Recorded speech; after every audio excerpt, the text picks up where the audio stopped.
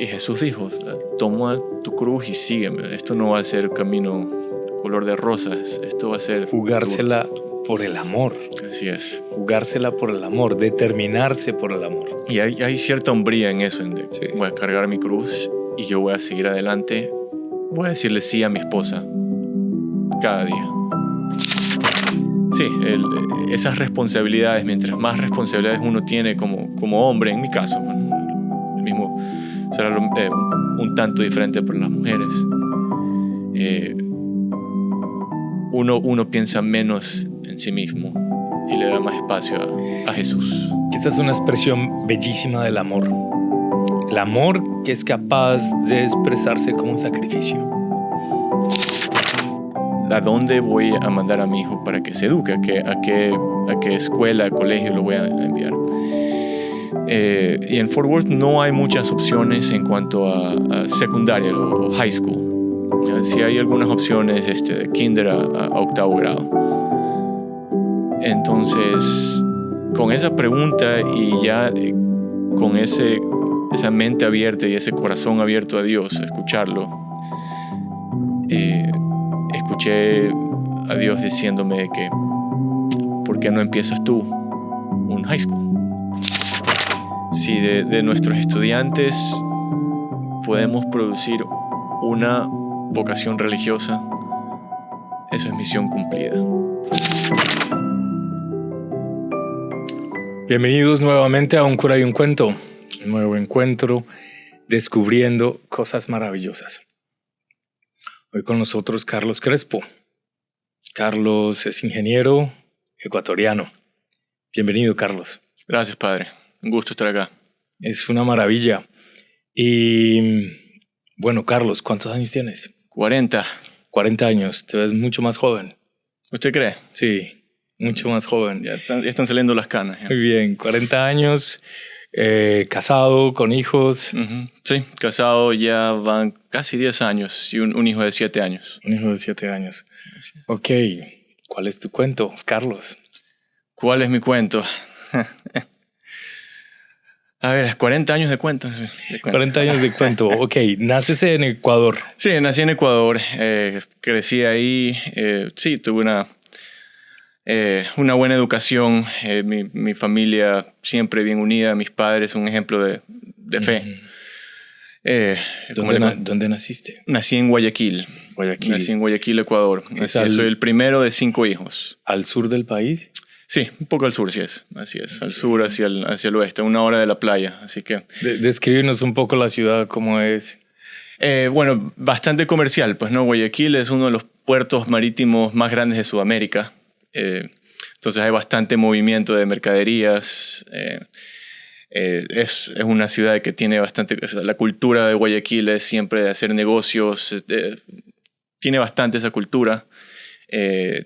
Tiene un sabor costeño.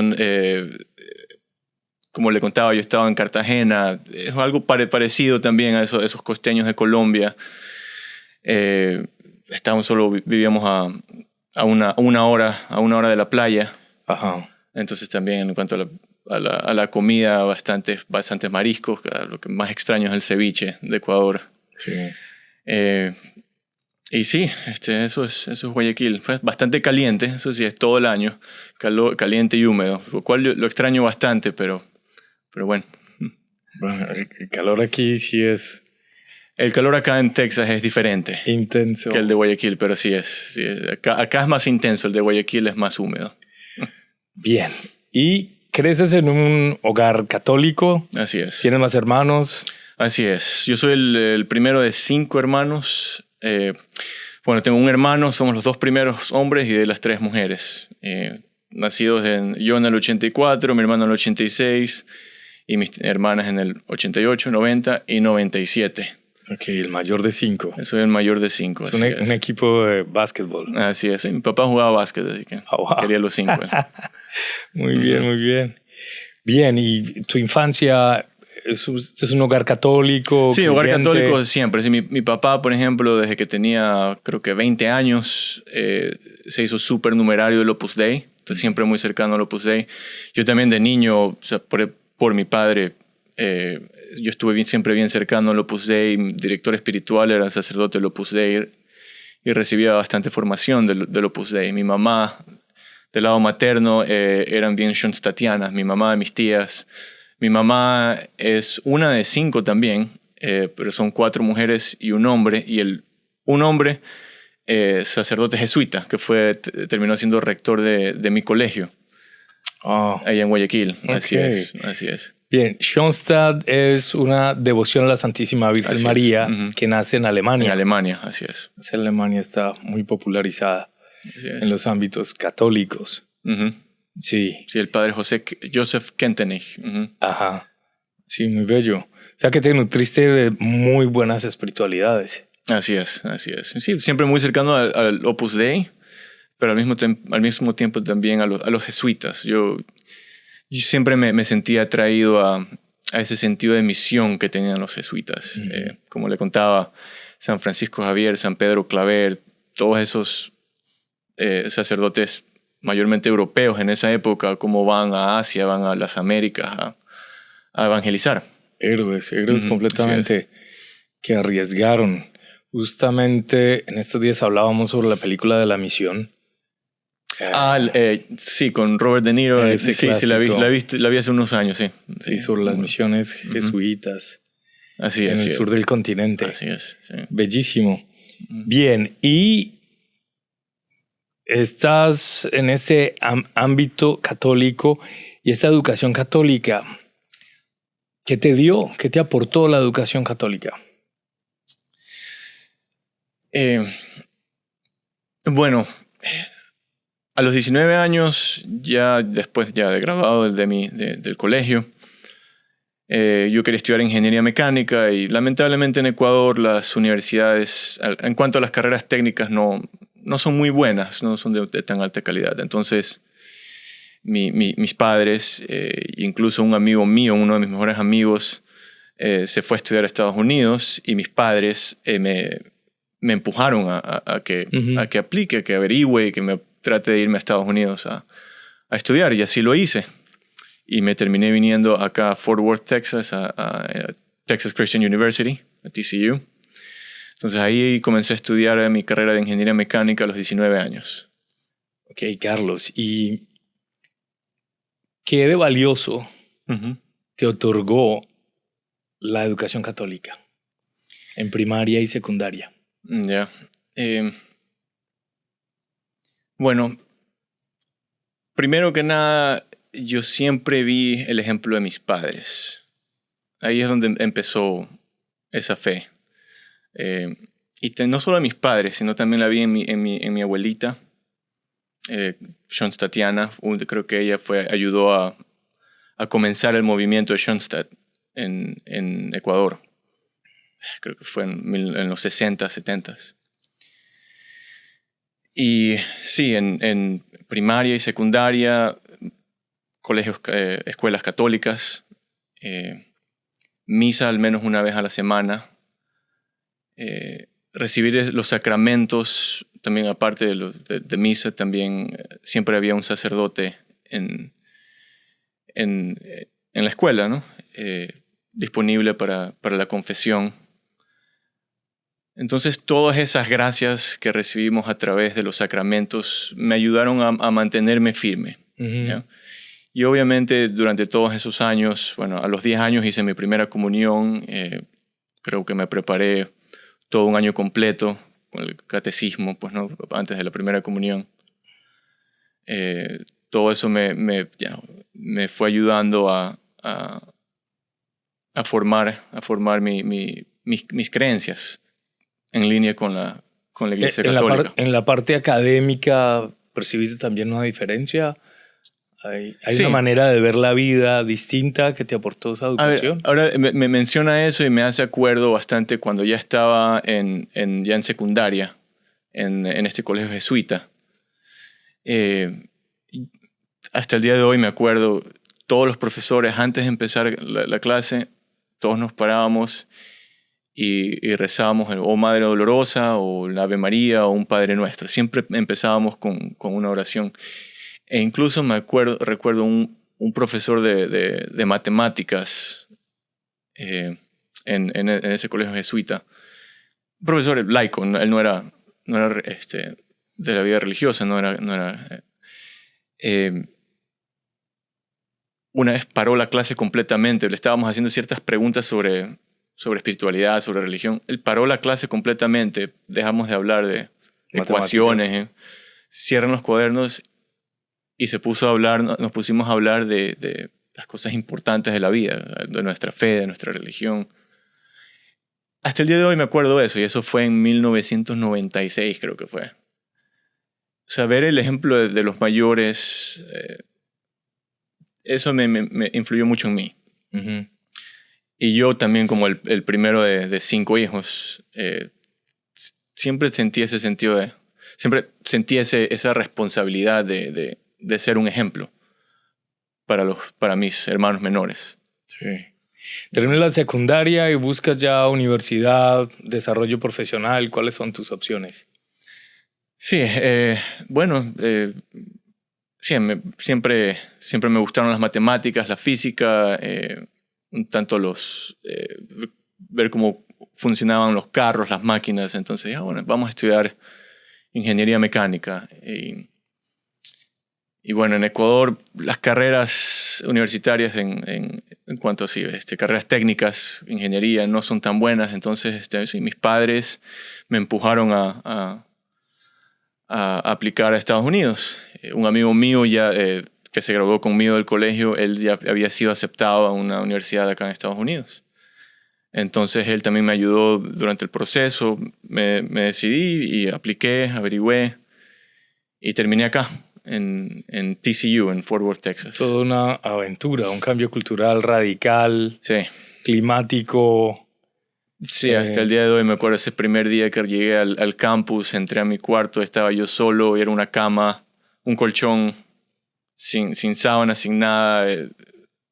No sé, se sentía extraño. Sentí esa falta de familia, de familiaridad. Uh-huh. Sí me afectó un poco los primeros días, pero después fui conociendo amigos, principalmente de Latinoamérica. Hice mi mejor amigo de esos 4 años, un amigo de Perú, David. También hice amigos colombianos, incluso salí con una chica colombiana en esa época. Sí, se dicen muy buenos amigos. Y terminé encantado con mis profesores. La carrera que me ofreció TCU fue muy buena. ¿Y cuál fue tu experiencia como católico estudiar en una universidad que no tiene nada que ver con Cristo? Bueno, Texas Christian University tiene algo que ver, pero sí, últimamente es solo de nombre, ¿no? Sí, a eso me refería. Exactamente, porque, sí, le capté ahí. Sí, porque ajá, el nombre todavía lo guarda, pero su cultura está muy alejada. Lo cual es lamentable, pero gracias a Dios, en esa época, en la época que yo estudié, del 2003 al 2007, todavía hay el TCU Catholic Community. Oh, sí, es uno de las misiones, digamos, que tiene la diócesis allí. Así muy es. buena, amplia. Y según escucho que esa comunidad en TCU sigue creciendo. Es más, yo escuché una estadística de TCU en esa época, ¿no? De que de los estudiantes, la mayoría, bueno, los que dicen que son de tal religión, la mayoría son católicos. Uh-huh. Y sí, me acuerdo, gracias a Dios tenían esa comunidad en el campus, porque yo no tenía un auto para ir a misa, entonces me iba solo caminando de aquí para allá. Entonces, esas misas en el campus todos los domingos a las 5 de la tarde estaban llenas de estudiantes. Era lindo ver, y el sacerdote, ese sacerdote, Father Charlie, fue muy bueno, me ayudó bastante, fue una especie de director espiritual esos años. Y él terminó bautizando, años después ya llegaremos a esa parte, pero años después terminó bautizando a nuestro hijo, Charlie. Wow. Father Charlie bautizó a Charlie. A Charlie. Así es. ¿Hubo alguna motivación para ponerle ese nombre? ¿Fue el padre el que bueno, lo inspiró? Le decimos Charlie a mi hijo. En verdad se llama Carlos Edward.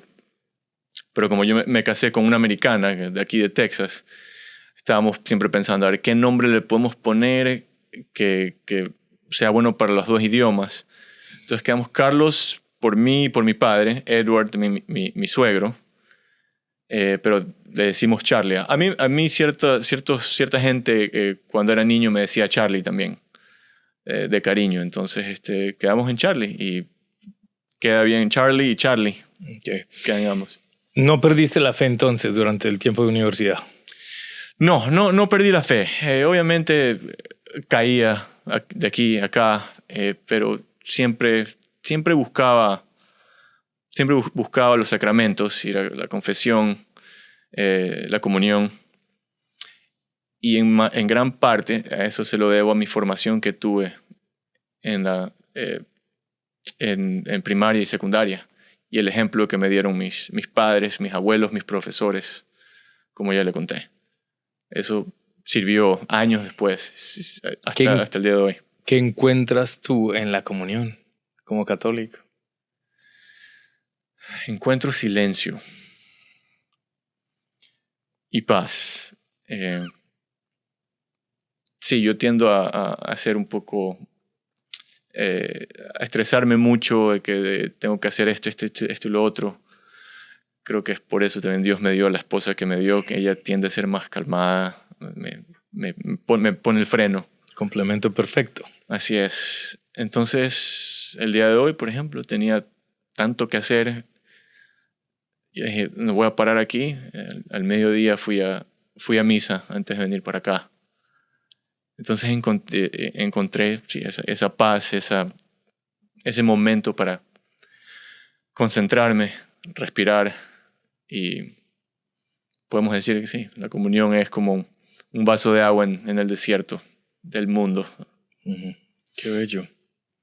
Qué bello. ¿Y cuántos años de universidad?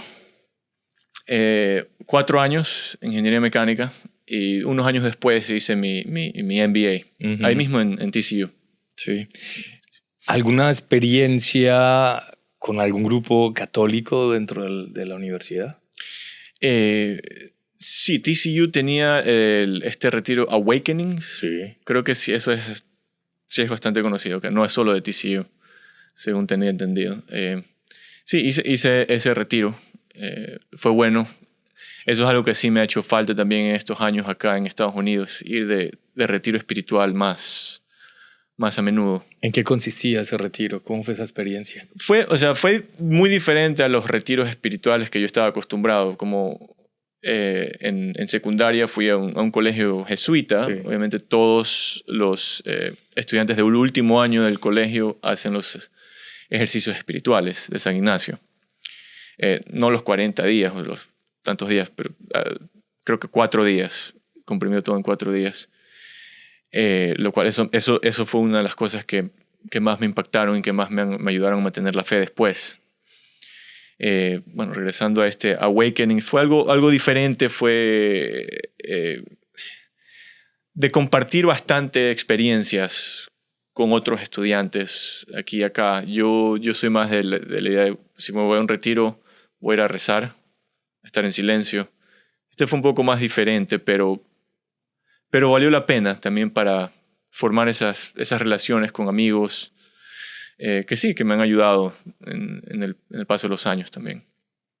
Excelente. Y pasas por la universidad, te gradúas. ¿Y qué es de tu vida después? Ok, bueno, me gradué de ingeniero mecánico en TCU, como le dije, en el 2007. De ahí me fui por el mundo. Me fui un año a Houston, estuve después en Europa, en India, después en Latinoamérica, en Chile, en Costa Rica, trabajando todo en construcción, construcción de plantas térmicas, en gas y petróleo, en toda esa industria, ¿no? ¿Qué te aportó todo este cambio cultural?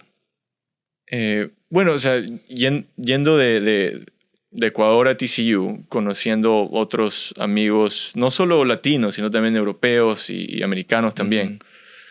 Uh-huh. Ya como que me preparó también para ir al mundo, ir a Europa, a India, en Latinoamérica también. Siempre se me ha hecho más fácil también Latinoamérica por lo parecido a nuestras culturas, ¿no? Pero sí, me ayudó bastante a formar relaciones, a hacer amigos, a desenvolverme un poco mejor en el mundo, ¿no? Sí, eso fue lo que me aportó.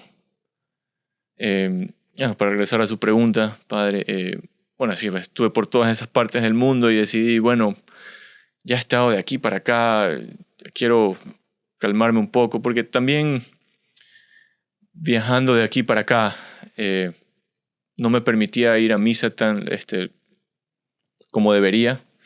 Si era difícil encontrar una parroquia, o a veces me tocaba trabajar también en medio del Golfo de México, por ejemplo, cuando estaba viviendo en Houston. Entonces no podía ir a misa todos los domingos. Vivir en el Golfo de México, dice, en el medio, en una plataforma petrolera. No exactamente una plataforma, pero en un barco que ayuda, que construye las plataformas y todas las tuberías. ¿Cuánto tiempo estuviste ahí en alta mar? Estuve varias veces, pero a lo mucho creo que de 6 a 7 semanas viviendo en un barco. Sí, bastante. Sí, así es. Wow, qué impresión. Ajá. Fue buena experiencia cuando era joven, sin esposa, sin hijos, sin esas responsabilidades, ¿no? Pero sí me faltaban los sacramentos, como le decía antes. Entonces ya decidí sentar cabeza, que vamos a estudiar mi masterado, mi MBA. Terminé de vuelta acá en Fort Worth, en TCU. Así es. 2 años, me gradué en el 2013 de mi MBA. Y en el 2012 fue que conocí a la que sería mi esposa, Ali. ¿Cómo se conocieron?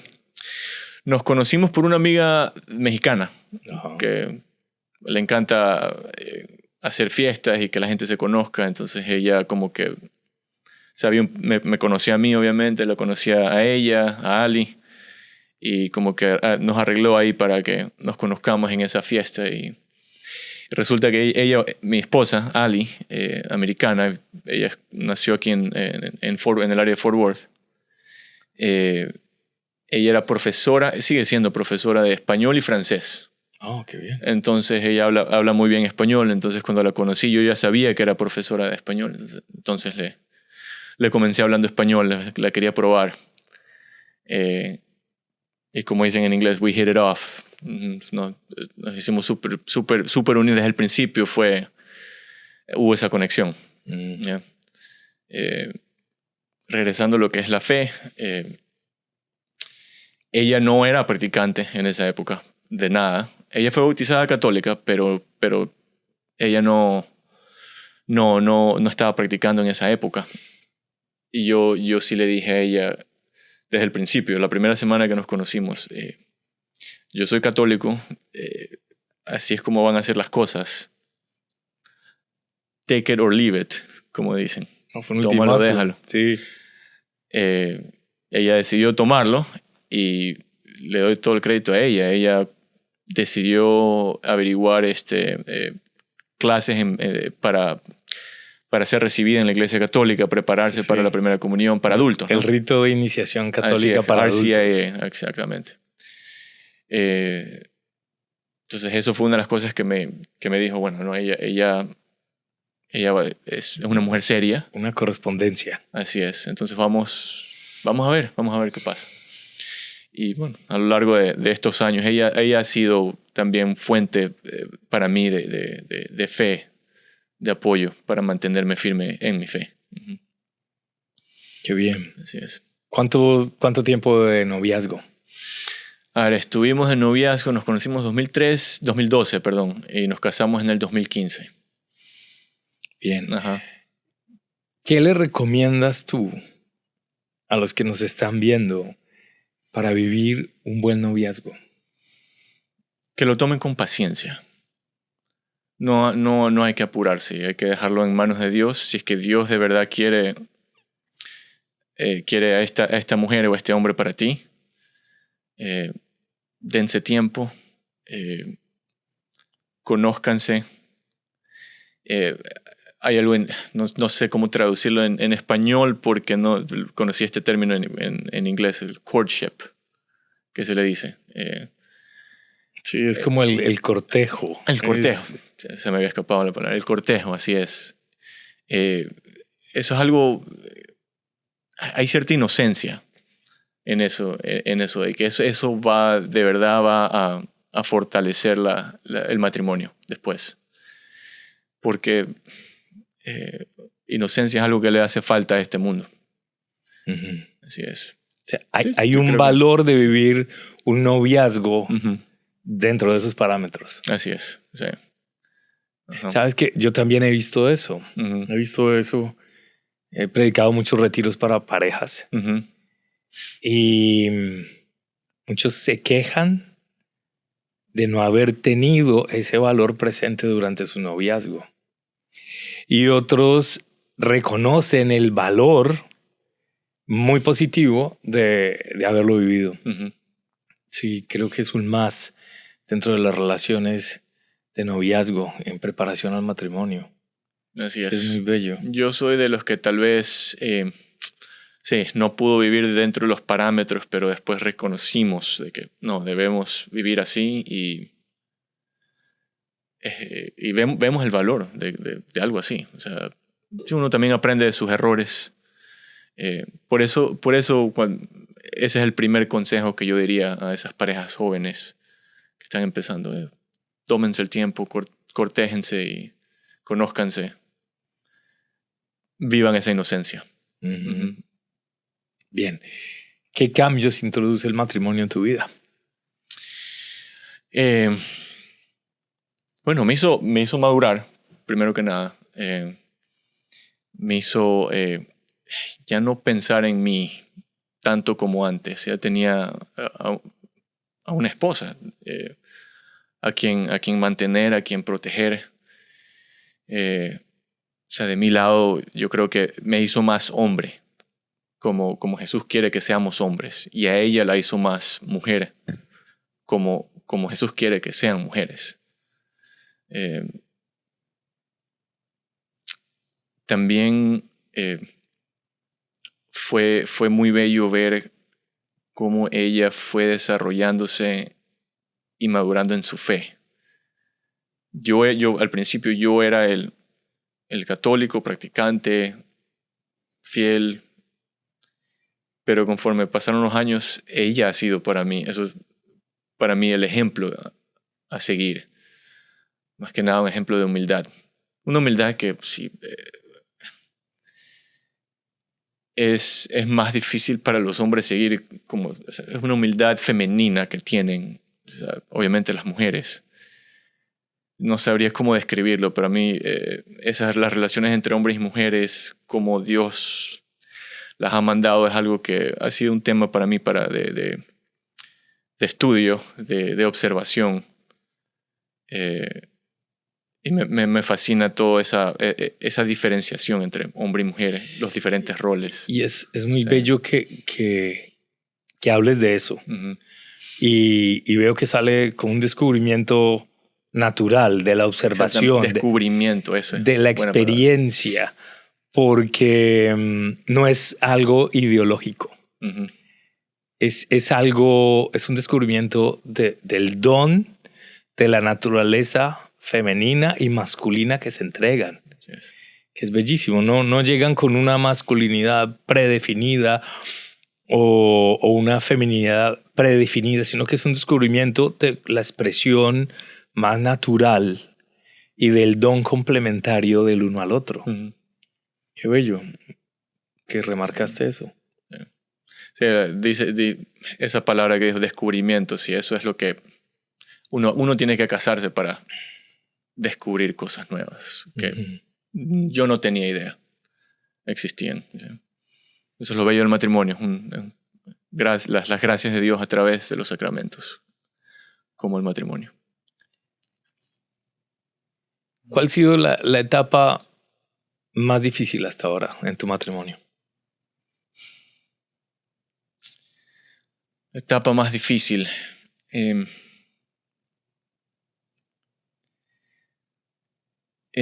Bueno, Bueno, ya le conté que yo soy el primero de 5 hijos. Sí. Siempre he querido tener una familia grande, muchos hijos. Yo he visto también la alegría que tienen mis padres, o sea, la alegría que tuvieron cuando nació mi hijo, que fue el primer nieto de ellos. También sale de mí esas ganas de complacer a mis padres, ya, tener más hijos y todo eso. Pero eso es lo que yo quiero. Dios no lo ha querido así. Dios nos ha dado el gran regalo de nuestro hijo Charlie. Hemos intentado tener más. Dios no lo ha querido así. Eso ha sido bien difícil para mí. ¿Por qué? Primero que nada porque mis expectativas han sido que yo quería una familia grande. No ha sido así, entonces mis planes no se dan como yo quiero. Segundo, sí, hay la tentación de ver a mi esposa de una manera no caritativa. Como que sí hay la tentación de echarle a ella la culpa. Es culpa de ella. Adán y Eva, la mujer, la serpiente. Y es muy bello reconocer eso. Y muchas gracias por ser vulnerable en este aspecto, porque hay mucha gente que no quiere compartir. Pero la vida es real. Hay momentos de sufrimiento, de impacto, que son muy difíciles. ¿Cómo has logrado que esto no se vuelva un lastre? ¿Cómo has hecho posible que esto siga adelante? Los sacramentos, padre. Yo sí trato de ir a misa, obviamente los domingos y cuando puedo entre semana. La confesión.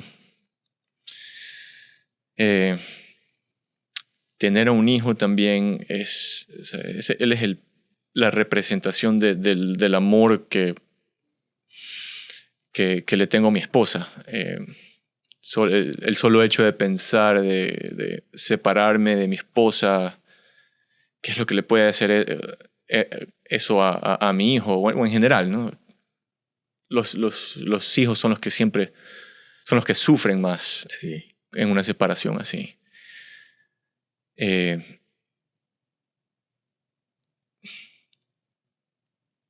Y regresando a mi formación en primaria, secundaria, el ejemplo de mis padres que todavía siguen casados, ya tienen 40 años de casados, y mis suegros, que no son católicos, pero son fieles, ellos son creyentes, son cristianos, van a cumplir 50 años de casados el próximo año.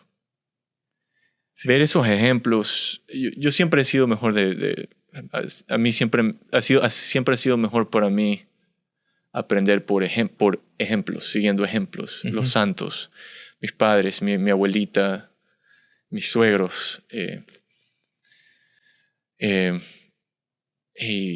Jesús dijo, toma tu cruz y sígueme. Esto no va a ser camino color de rosas, esto va a ser... Jugársela por el amor. Así es. Jugársela por el amor, determinarse por el amor. Y hay cierta hombría en eso, voy a cargar mi cruz y yo voy a seguir adelante. Voy a decirle sí a mi esposa cada día. Sí, esto es bellísimo. Porque el amor se manifiesta aquí más como una decisión de la voluntad y menos como un sentimiento o una emoción.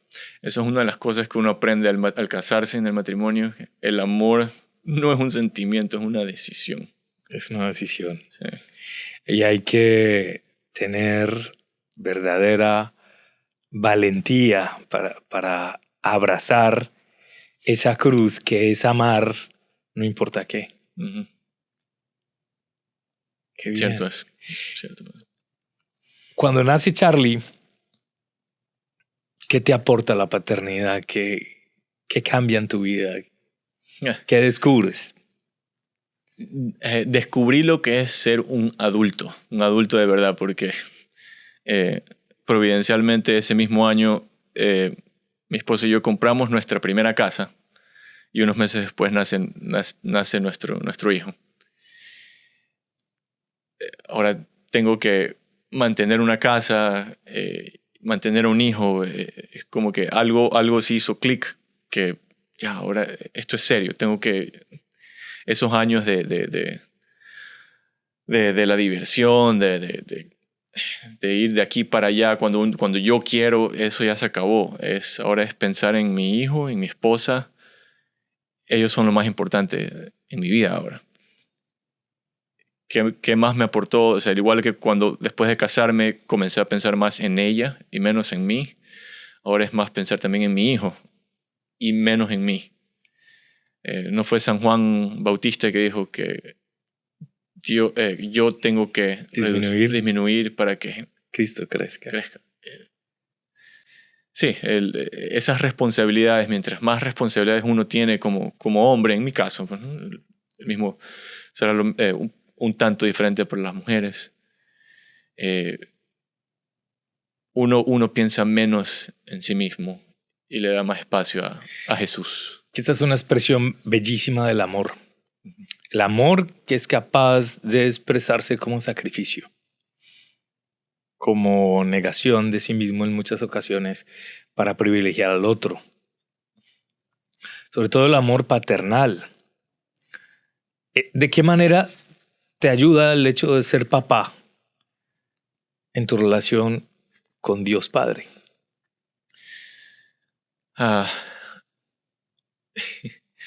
Estoy tratando de acordarme una anécdota chistosa, pero dicen que no hay padre perfecto. Incluso, pero el único padre que sí es perfecto es nuestro Padre del cielo, y sin embargo mira cómo están todos sus hijos. Solo podemos leer desde el Antiguo Testamento cómo estaba el pueblo de Israel. Eso lo llegué a aprender, obviamente, después de que fui padre, ¿no? Sí, como todos, mi hijo ahora tiene 7 años, sí, tiene sus problemas en obedecer aquí y acá, como todos nosotros, ¿no? Uno inmediatamente piensa que estoy haciendo mal, pero al pensar eso de que no hay padre perfecto, solo Dios es perfecto, e incluso mira cómo están sus hijos. Eso me ayuda a ser un poco más humilde y más paciente. Porque ahí el amor de un padre es infinito. Yo siempre que voy a celebrar un bautismo, le pregunto a los padres qué están dispuestos a hacer por sus hijos. ¿Tú qué estás dispuesto a hacer por tu hijo? A dar la vida por él, por mi esposa también. Es exactamente. Así es. Y ahí aprovecho yo para decirles, así como ustedes aman a sus hijos, así Dios los ama a ustedes.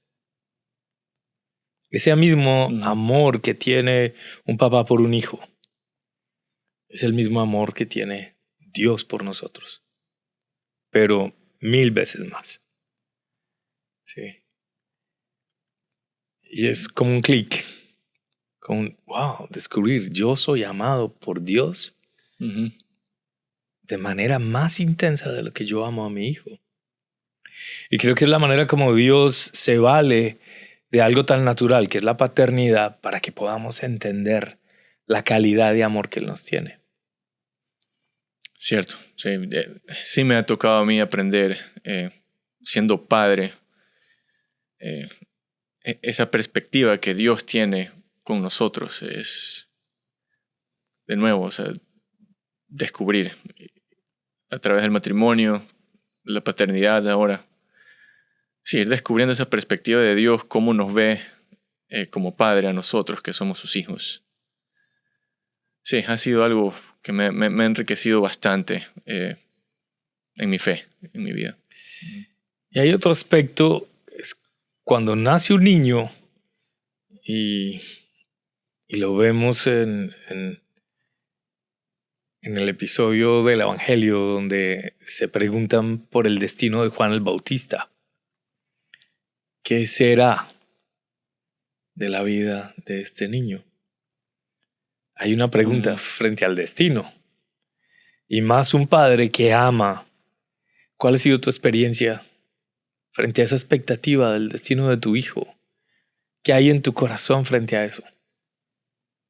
Me pregunta qué es lo que espero de mi hijo. Como Ok, padre, ok. ¿qué es lo que hay en tu corazón frente al futuro de tu hijo? Solo que sea santo. Y es mi responsabilidad enseñarle con el ejemplo a ser santo. Para ti la santidad es... Ujú. ¿Qué es la santidad para ti? La santidad es cargarse su cruz encima y seguir. Te vas a caer, pero 3 veces como Jesús se cayó, se levantó y seguir. No, Incluso los más santos han caído. no significa eso que, pues, al decir que él va a cargar la cruz, no significa que le estás tal vez deseando sufrimiento. No, no. Yo no le deseo ningún sufrimiento a mi hijo, pero de que le va a tocar, le va a tocar. O sea, A todos nos toca. hacerle frente de manera realista. Así es. Sí. Sí. Ese destino. Bien. Cuando piensas en tu hijo, también piensas en tu educación. Y ese es otro aspecto bien importante que hoy quiero que nos cuentes. Porque ahorita estás viviendo un proyecto alterno a tu proyecto profesional, ¿sí? Así es. Sí. Que es un proyecto educativo. Y creo que la pregunta del destino de tu hijo tiene que ver con eso. Sí, Ujú. porque veo que esta es como una respuesta a una necesidad de tu hijo. Cuéntanos sobre esto. Bueno, Charlie nació en el 2017. Y sí, un tiempo, 1 o 2 años después de que nació, me chocó la idea de que yo ya vivo aquí en Texas, este es mi hogar. Es aquí donde Dios quiere que cumpla su misión. Yo siempre había querido regresar a mi país. Siempre fui siempre amé mucho a mi país, lo sigo amando mucho, pero siempre tenía ese deseo de regresar. Entonces ese conflicto me puso un poco mal, puso un poco deprimido, mal genio, falta de paciencia con mi esposa, con mi hijo, siendo él tan pequeño. Hasta que yo dije, ya, por fin, tengo que aceptar la voluntad de Dios, Él me quiere aquí, este es mi hogar ahora. Aquí está mi misión. Entonces, me hice la pregunta. Primero le dije a Dios, acepto tu voluntad. Dios, ¿qué es lo que quieres de mí aquí, en Texas? Y escuché. Y al mismo tiempo me hice la pregunta. Me hice la pregunta, ¿a dónde voy a mandar a mi hijo para que se eduque? ¿A qué escuela, colegio lo voy a enviar? Uh-huh. Y en Fort Worth no hay muchas opciones en cuanto a secundaria o high school. Sí hay algunas opciones de kinder a 8º grado. Entonces, con esa pregunta y ya con esa mente abierta y ese corazón abierto a Dios, escucharlo, escuché a Dios diciéndome que ¿por qué no empiezas tú un high school? Para la comunidad de Fort Worth, que la comunidad de Fort Worth ha sido tan buena para mí. TCU me acogió 2 veces generosamente con becas y ayuda financiera. Entonces es hora para mí dar de vuelta. Entonces, con un amigo decidí, lo llamé a este amigo mío que es profesor de high school, ha sido profesor de secundaria por varios años, muy católico, practicante, incluso su esposa y mi esposa, aunque en esa época mi esposa era mi novia, las dos estaban haciendo el rito de iniciación para adultos. Wow. Así fue como nos conocimos, en el 2012, 2013. Entonces le propuse la idea de empezar una secundaria nosotros, para que cuando nuestros hijos ya lleguen a high school, este high school nuestro ya esté más establecido, más experiencia. En esa época mi amigo tenía 2 hijas también muy, muy jóvenes, 2 a 4 años. Entonces así fue como empezó el viaje del Chesterton Academy de Fort Worth. Padre. Algo proactivo, pensando en el futuro, en el destino de tu hijo, para que tuviera una formación sólida como tú la tuviste. Qué bueno. Es toda una misión, porque pensamos que la educación católica es solamente enseñar a rezar, pero hay mucho más. Hace algunos años me invitaron a dar una pequeña charla ante una escuela católica para contar qué fue lo que me aportó a mí la educación católica. Y es bien paradójico, porque yo recibí educación católica, pero viví muy alejado de la fe católica durante años. Sin embargo, hice una encuesta entre amigos y familiares para saber qué les había aportado a ellos la educación católica, qué les había dado. Wow, me hicieron una lista impresionante de cosas. Me hablaban de disciplina, capacidad de sacrificio, valorar al otro, la amistad, la calidad académica, la apertura al mundo, una educación basada en la humanidad. Sí, bueno, muchísimas cosas. Y ver que ahora tú tienes ese deseo de introducir a tu hijo e invitar a otros a que tengan esa oportunidad, fundando un colegio de secundaria católico, sí, inspirado por uno de los más grandes conversos de la iglesia, que es Chesterton. Sí. Bueno, ¿cómo llegas a ese descubrimiento? Bueno, la idea de empezar un colegio católico ya estaba ahí. Sí. Tenemos nuestro objetivo. Ahora, ¿cómo llegué? ¿Cómo lo hacemos? Como le contaba, yo soy ingeniero, yo he trabajado en construcción, ahora trabajo haciendo trenes. Nunca he estado en educación, por lo que fui a este amigo para que sea una especie de socio en esta aventura. No hay mejor palabra para esto de que aventura. De verdad ha sido una aventura. Entonces, pero al mismo tiempo descubrí a G.K. Chesterton a través de una charla en esta aplicación de Formed. Y me chocó bastante todos sus citas, todos sus escritos. Y al mismo tiempo a este amigo mío, Steven, con el que empecé este colegio, le comencé a comentar de G.K. Chesterton y resulta que él sí había leído G.K. Chesterton antes. Es más, G.K. Chesterton fue una de las influencias para que él se convierta al catolicismo. Él anteriormente era totalmente ateo y se convirtió también leyendo muchos escritores, entre ellos Chesterton. Entonces Steven me prestó, tenía unos cuantos libros de Chesterton, comencé a leer, me enamoré de sus escritos. Leer Chesterton para mí era como levitar. Cada vez que leía yo levitaba de la humildad y la alegría que hay en sus escritos. Me impresionaba mucho. Una fascinación por la belleza de la fe. Así es. Y por la verdad. Una de las cosas de las citas de Chesterton que sí que me fascinan sobre la Iglesia Católica, él decía que, lo voy a decir en inglés y después lo traduzco. The church is bigger from the inside.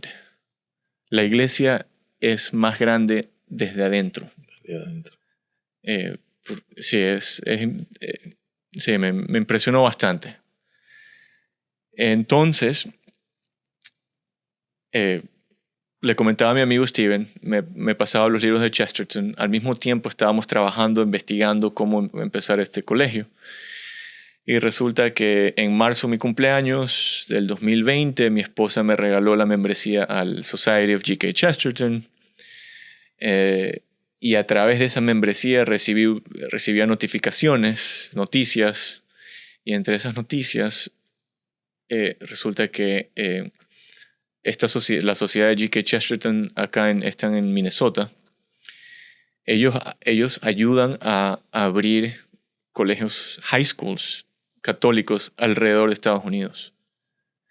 Entonces mi amigo y yo le presenté esto a Steven, comenzamos a ver, sí, este es exactamente el colegio que queremos abrir aquí en Fort Worth.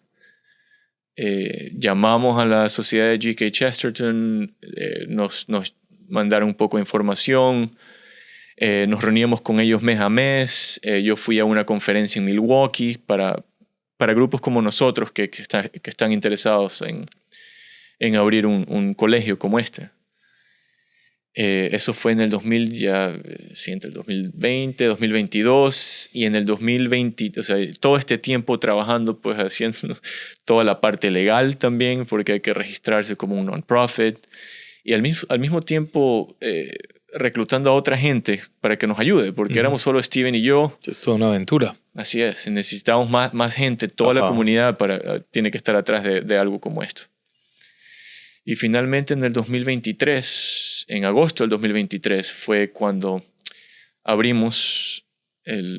empezamos nuestro primer año con 7 estudiantes. Fue un año exitoso, en mi opinión. Y este segundo año que empezamos en agosto pasado, tenemos 19 estudiantes. Sí. Entonces, ¿cuál ha sido la retroalimentación de los papás de ver a sus hijos recibiendo una educación de este tipo? Estoy tratando de acordarme una historia de una madre de familia. Sí, una madre de familia de ahora tiene a sus 2 hijos. Recién este año los inscribió en el colegio.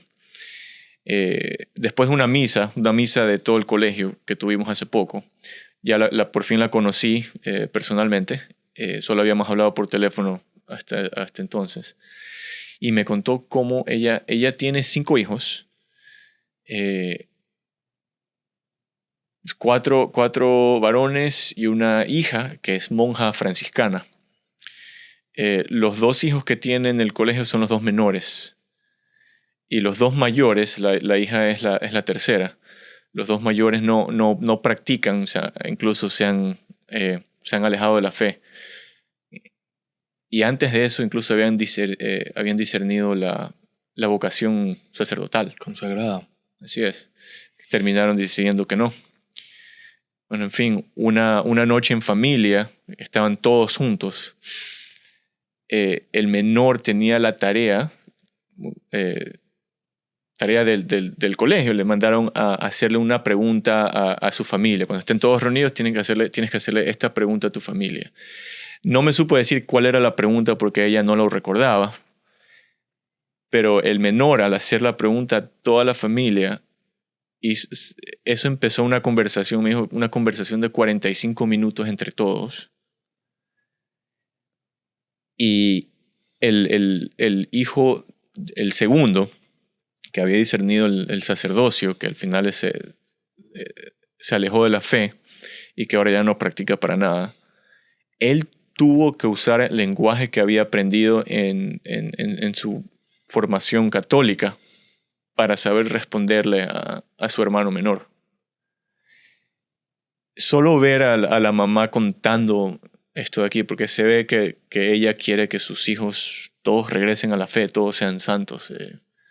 Eso fue muy, muy especial para mí. Eso ha sido una de las historias que me dicen a mí que estamos haciendo la obra de Dios. Exacto. Ahí es esta aventura de educar. Me recuerda de un libro que leí hace mucho tiempo, se llama El riesgo educativo, de don Luigi Giussani, un monseñor italiano, el fundador de Comunión de Liberación. Y él describe la educación como una introducción a la realidad. Es introducir a otra persona a la realidad. Y más que la transmisión de datos, habla de la educación como un acompañamiento y un ejemplo, que es una postura frente al mundo, una manera de ser frente a la realidad, dar un juicio, aprender a tomar decisiones, ubicarse dentro del mundo, ver cuál es su vocación, dotar a la persona de elementos para dar juicios, aprender a pensar, a interactuar con los demás. Y eso es lo que estás viviendo ahora con estos 19 jovencitos.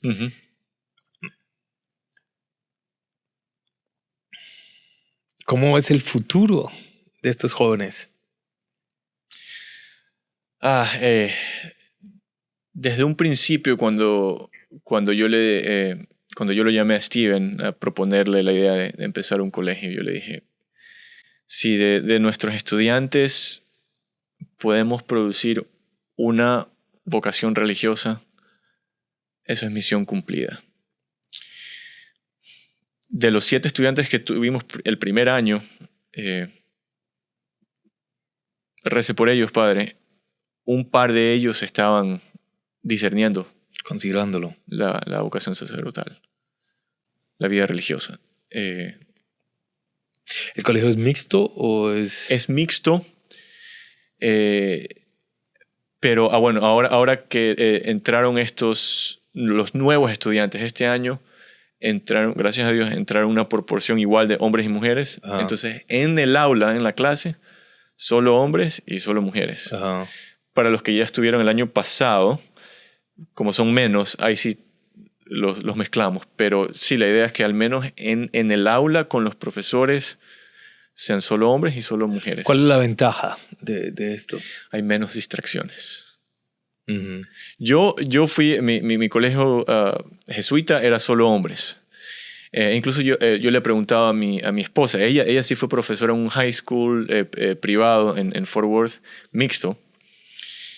Y ella decía, sí ve el valor de que solo hombres y solo mujeres y no mezclarlos, porque están en la clase y el joven de acá le quiere impresionar a la joven de acá y no se concentran en aprender. Sí, es muy natural. Ajá, así es. Yo le dije también yo soy bien cercano al Opus Dei. San José María Escrivá creo que decía, entre santa y santo, paredes de cal y canto. Yeah. Sí, en eso la espiritualidad pues, de ahí es muy conservadora. Sí, bueno, es un... No quiere decir que siempre vaya a ser así en el Chesterton Academy, depende la proporción, pero esa es nuestra intención. Bello, muy bello. Muy bien. Una recomendación para aquellos que son papás y tienen hijos en esta etapa de educación. ¿Qué les recomiendas frente a la educación de sus hijos? Yo les recomendaría definir en qué aspecto de la educación de sus hijos ellos se están quejando más. Definan. Siempre hay algo de que nos estamos quejando, de lo cual nos estamos quejando. Esa era mi queja, de qué voy a hacer para... No hay colegios católicos, no hay colegios católicos. Entonces, tú anda y hazlo. Tú anda, soluciona el problema y no esperes que alguien más lo haga. Yo creo que eso ha sido una gran falla de los laicos en la iglesia católica. O sea, nosotros también somos iglesia, no solo los sacerdotes, no solo los clérigos, sino también los laicos. Nosotros esperamos que el obispo o los sacerdotes solucionen este problema. No. Esto se recae en nosotros también. Mira dónde es que tú crees que están fallando la educación de tu hijo. Tú anda y ayuda a solucionar el problema en vez de quejarse. Sí, que eso Eso te pone al mismo nivel de estos misioneros que iban con una pasión desbordada a llevar la fe, a introducir a la gente al conocimiento de Cristo, que es la salvación. Al fin de cuentas, esta educación es eso, preocuparse por el destino de los hijos, de que reciban lo mejor para que tengan los elementos de vivir una vida plena. Pues bien, muchísimas gracias, Carlos. Gracias por abrir el corazón, por compartir y sobre todo por tomar el riesgo de educar hoy en día con valores mucho más trascendentales que solo la academia. Así que muchísimas gracias. Que Dios lo bendiga mucho. Gracias, Padre. Gracias por nosotros. Así es, siempre, siempre. Le voy a decir a Steven, que es ahora nuestro headmaster, que a ver si pueden ofrecer una misa. Nuestros estudiantes van a misa todos los días por el podcast de Un Cura y un Cuento. Hombre, muchísimas gracias. Muchísimas gracias a todos ustedes. Fue una maravilla haber compartido. Los esperamos en la próxima edición. Dios los bendiga. Felicidades.